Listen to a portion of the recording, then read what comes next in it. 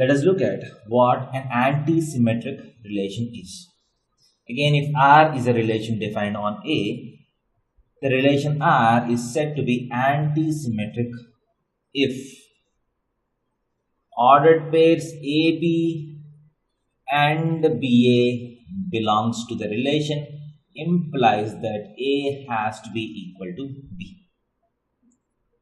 If ordered pairs AB and BA belongs to R, then A has to be equal to B.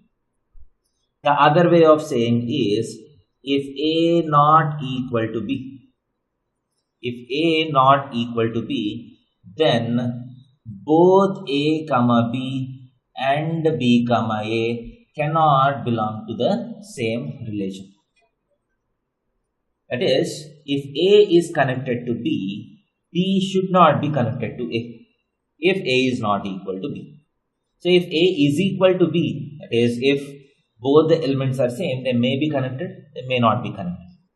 Nothing is said if A is equal to B. So if A is not equal to B, then if A is connected to B, B should not be connected to A.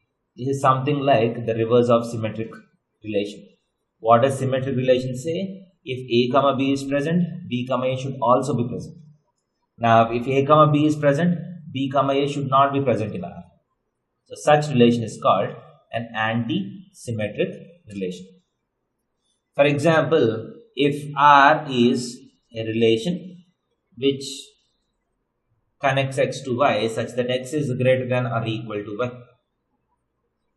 and R is defined on set of natural numbers. So we have already seen how this relation looks like. So the first set contains 1, 2, 3, 4, 5, so on. Second set also contains 1, 2, 3, 4, 5, so on.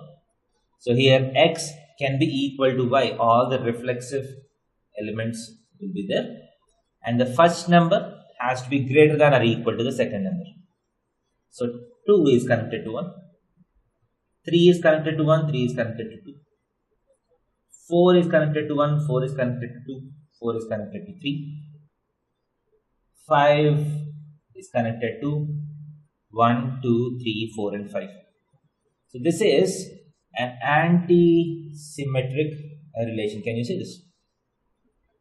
That is, if 2, 1 belongs to this relation, 1, 2 cannot be in this relation unless A is equal to B. So if A is greater than or equal to B, B cannot be greater than or equal to A unless A is equal to B. If A is greater than or equal to B, B cannot be greater than or equal to A unless A is equal to B.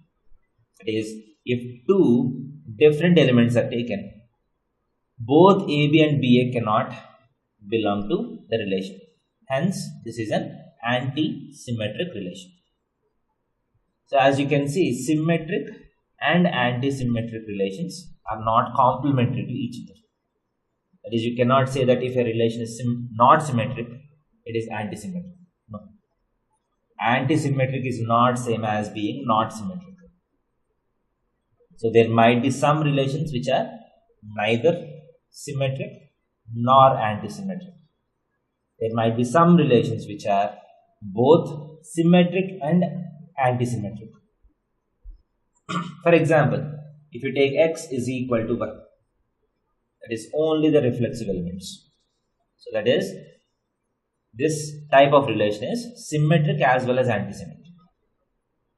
Symmetric as well as anti-symmetric, because both the definitions, both the conditions will be valid. So what does symmetry say? If AB belongs to R, BA has to belong to R. So that condition will be valid for X is equal to Y, because all reflexive elements are there. So if AB belongs to R, BA also belongs to R. And what does anti-symmetry say? A comma B and B comma A should not belong to R unless A is equal to B. So here you have only elements where A is equal to B. There are no elements where A is not equal to B. Hence, this is anti-symmetric also. So I hope you understand both symmetric relation and anti-symmetric relation. So here the question that you need to ask is, if two different elements A and B are related to each other, B and A should not be related to each other. So if that condition is okay, that condition is valid, then the relation is anti-symmetric.